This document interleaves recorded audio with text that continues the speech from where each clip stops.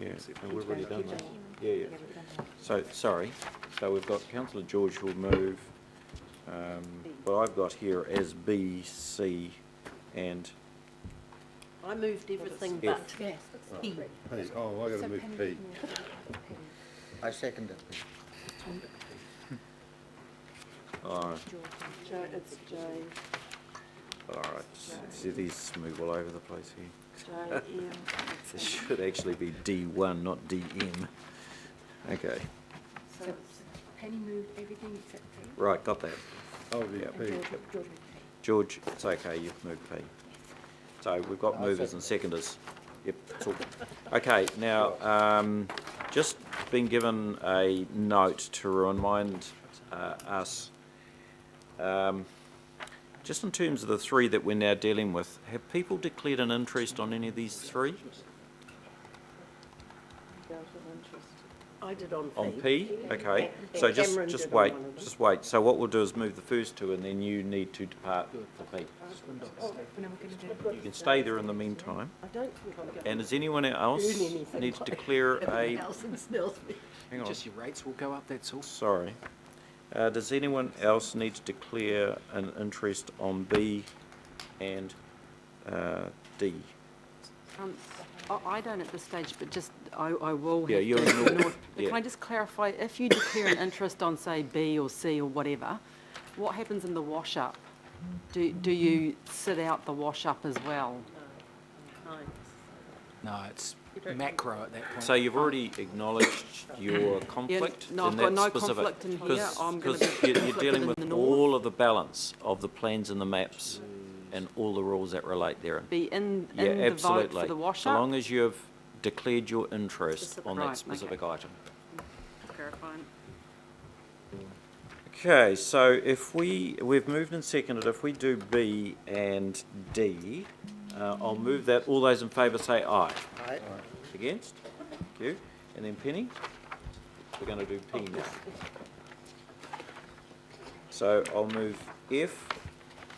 All those in favour say aye. Aye. Against? Right, thank you. And then Penny, if you can come back.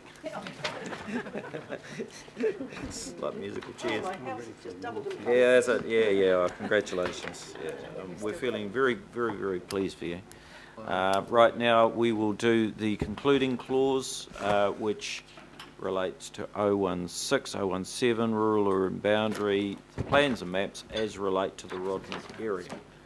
I'll move that. All those in favour say aye. Aye. Against? And seconder is Councillor Penny Knowles. Right. Thank you, councillors. Then we move into the north.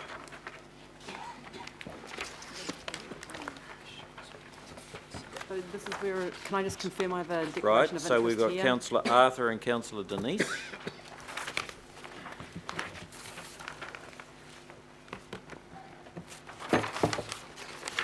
Mine's in relation to Q, R and S. R and S. And then I can for TUVW, And, sorry? Q, getting into T, just what, those items, T, R and S, so Q, Q, R and S. Q, R, and First S. three. Not V. No, not Okay. TUVW. You're sort of going to be bobbing in and out of it then. Yeah. Okay, and can we have someone to just move the substantive parts of this, please? Right, I'll move it. Seconder, Councillor Bill. Oh, Councillor Sharon, because you haven't seconded much, so you can second this. Right, Penny Currett. Oh, John. Just hang on, please. John? Okay, so in the north we have the map on the screen there. So the first one, taking it from the top really is, and probably the most significant one, is the extension of the rural urban boundary to include the Okura area. The council's case was that the rural urban boundary should remain on Vaughan's Road, where it's sat for quite some time.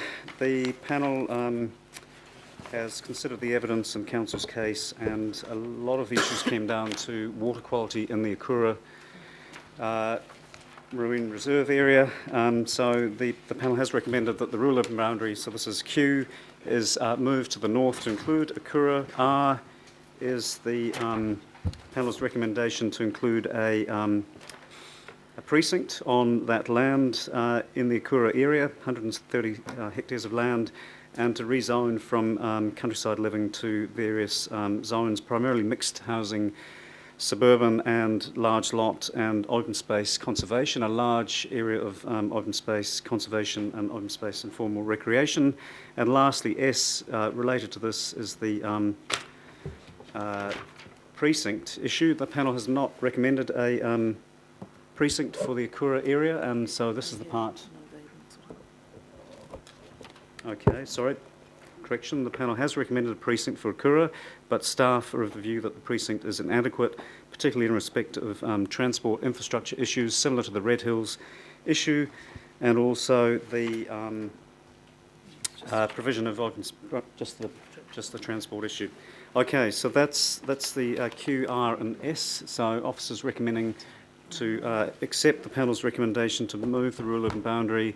The zoning proposed by the panel in terms of large lot, single house, mixed housing, suburban and open space, but to reject elements of the precinct and so that we can incorporate transport triggers in the precinct for the development of that part of Auckland. Okay, very good. Councillor Wayne.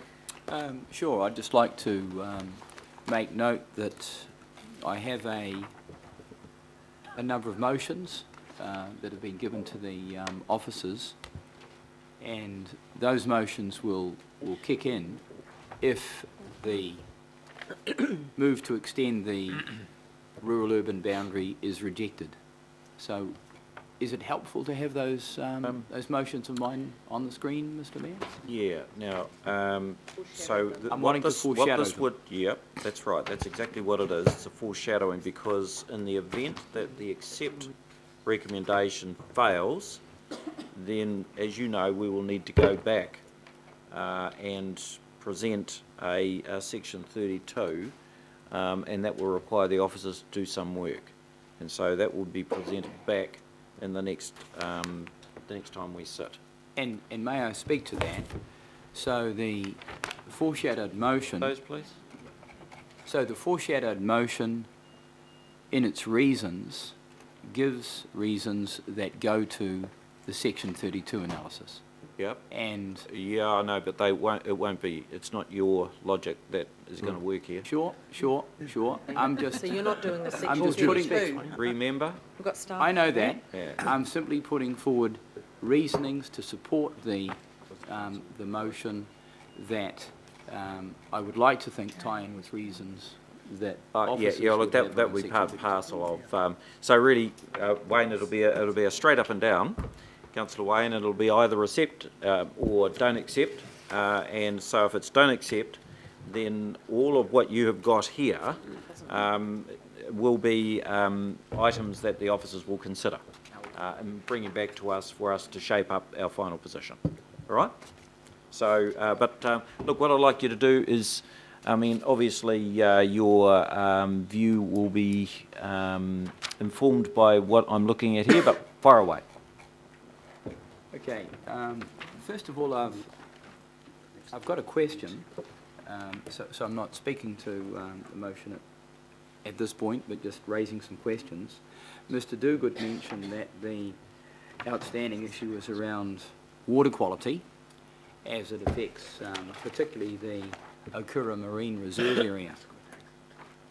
And I'm certainly aware of the progression of this matter, which up until the independent hearing panel decision was to keep the rub where it was and to effectively preserve the Okura estuary and minimise the contaminants and the sediments.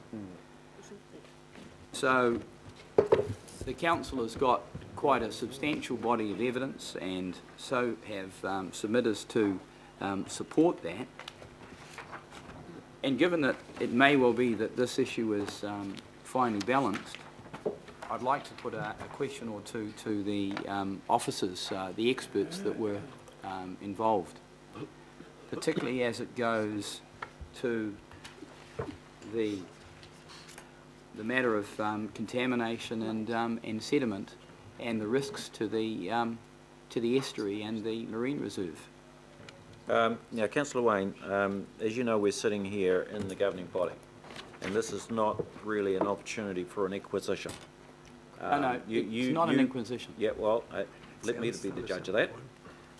So what I want you to do is remember, we want to hear your reasons. We don't want a really long process of question and answer of the officers and or what happened at the hearing panel. You know, they've done all that. Now, I want you to keep really focused on this and give us the benefit of your views on this. I'm going to allow you to ask 2 questions, and then I want you to make your submission to us and let us get on with the decision making. Can't hear submissions. So, away you go. Well, the reason is that council officers have indicated that there are still concerns around contaminants from any development and sediment impacting on the Okura Marine Reserve. And we know that the New Zealand Coastal Policy Statement is all around avoiding those adverse effects and taking a precautionary approach. So it would be very helpful to know whether the officers are still supportive of maintaining the RUB in the form that it was up until now to prevent the contamination of the marine reserve. Okay, that's a question. That's a question. Right, Johnny?